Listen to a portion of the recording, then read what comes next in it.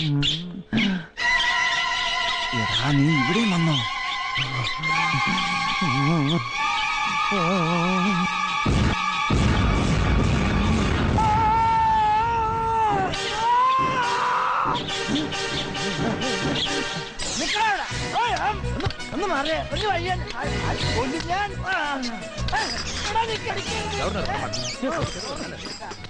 ഈ സിനിമയിൽ കൂടി രണ്ട് പ്രതിഭകൾ മലയാള സിനിമയ്ക്ക് കിട്ടിയെന്നുള്ളതാണ്.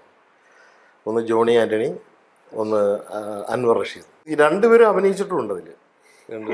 രണ്ടുപേരും അഭിനയിച്ചിട്ടുണ്ട്. അത് ജോണി ആൻ്റണി അന്നേ അഭിനയിക്കാനുള്ള ഒരു സ്കില്ല് കാണിക്കുകയും ചെയ്യും.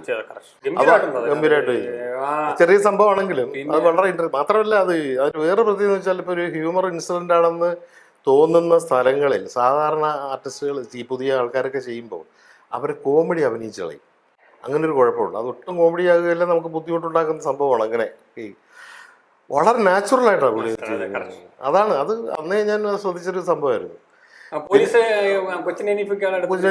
ഇരിക്കുന്നതും